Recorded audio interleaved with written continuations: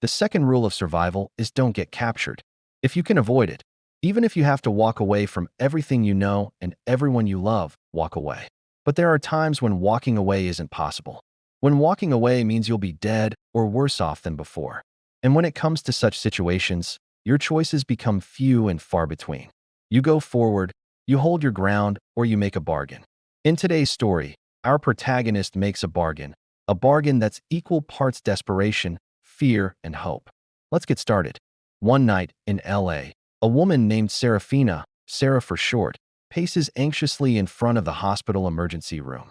Her mom, Alara, has been rushed to the hospital, and Sera needs $10,000 for surgery, or else Alara will die. At the same time, Sera gets fired from her minimum wage job because she had to leave early to take her mom to the hospital. She has no other options. If she doesn't come up with the money soon, her mom will die and she and her younger brother might end up homeless. As she paces outside the emergency room, a mysterious woman named Brenda approaches her and tells her she has a solution. All Sera has to do is go with Brenda to a hotel suite for just one night, and she'll give her 10 grand afterward. Naturally, Sera is hesitant. She might need to sleep with a stranger, but what choice does she have? She agrees. Soon enough, Sera is being driven to the luxurious hotel, Suite 4708. She knocks on the door and waits. In a moment, the door opens and a very handsome, tall, and well-built man appears. He gestures for Sera to enter. As soon as Sera steps inside, he shuts the door behind her. The stranger introduces himself as Kellan Vance. There's something about his presence that screams danger and control. Yet at the same time, Sera feels a connection with him. Before she can say anything, Kellan produces a stack of dollar bills from his pocket, $10,000 in crisp new bills. It's exactly what Sera needs to save her mom. Kellan sits down on the bed and motions for Sera to sit next to him. She hesitates for a moment, torn between her morals and her dire situation. But ultimately, she sits down. Now that the introductions were over, Kellan got down to business. He handed over the NDA papers and asked her to sign them.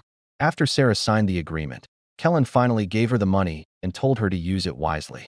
He also gave her a number to call if anyone ever contacted her regarding the night. Then, with the money in hand, Sera left the suite feeling conflicted and ashamed. She used the money to save her mom and pay her rent, but she couldn't shake off the feeling that she had just sold herself into a life she didn't want. At least she knew she wouldn't have to see Kellan again. Or would she? To find out, let's move on to the next chapter. A week after the night in Suite 4708, Sera is back on her feet. She managed to secure her mother's urgent care, paid off her debts, and even saved some money for a rainy day. But she can't help but feel haunted by the memory of that night. She tries to put it out of her mind, but the more she does that, the more she feels like she's betraying her morals and principles. Then one day, while looking for a job online, she finds the perfect opportunity. A local company, Vance Dynamics, is looking for an administrative assistant. Sera decides to apply. She tailors her resume to the position and submits it along with a cover letter. A few days later, she receives a call from the HR manager inviting her for an interview. The interview goes well, and Sera is hired on the spot. On her first day at work, Sera meets her new boss, Kellan Vance, the same man from the hotel suite. She's shocked, but tries to hide her surprise. Kellan briefs her on her new role and then sends her on a series of errands around the office building. One of the tasks requires her to go to the CEO's corridor. It's a long hallway with several doors along it. Each door is labeled with a different department. Sera stops by the finance department to pick up some documents when suddenly someone calls out to her. She turns around and sees a man standing in the doorway. It's Kellan Vance. He looks at her for a moment and then asks, "Can we talk?" Sera hesitates for a moment, unsure of what to expect, but she follows Kellan into his office. Once they're inside, Kellan closes the door and turns to Sera. "I think we've met before," he says, a hint of a smile playing on his lips. Sera's heart skips a beat. She recognizes the smile. It's the same smile he had when he gave her the money in the hotel suite. But how does he know? Has he been watching her? How much does he know? Sera forces herself to remain calm. "I'm sorry," she says, trying to sound polite, "but I'm afraid I don't understand what you're talking about." Kellan's eyes narrow slightly. He seems to be assessing her. But after a moment, he shakes his head and dismisses it. "Never mind," he says. "It's probably just a mistake. I apologize for the confusion and thanks for your cooperation." With that, He turns away from her and returns to his desk. Sera stands there for a moment, unsure of what to do next. Finally, she turns and leaves the office. Once she's gone, Kellan leans back in his chair and lets out a long sigh. He knows who Sera is, but he hasn't revealed it to her yet. He wants to test her first, see if she'll try to blackmail him or expose him. But he shouldn't have worried. Sera is more concerned with impressing her new boss than with blackmailing him. Over the next few weeks, Sera works hard to prove herself at Vance Dynamics. She's diligent, efficient, and quick to learn. She impresses her colleagues and bosses alike. But her greatest moment comes during a board meeting.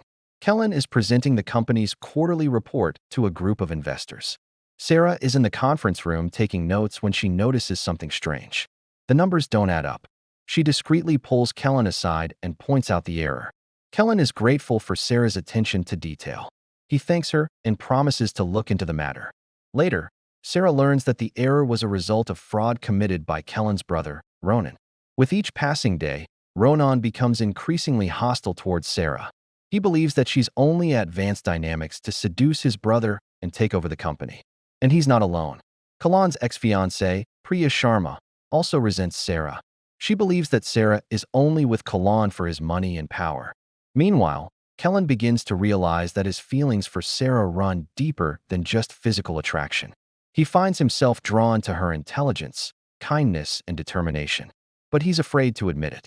He's still married and he doesn't want to hurt Sera. However, his brother Ronan has other plans. He wants to destroy Sera and take over Vance Dynamics.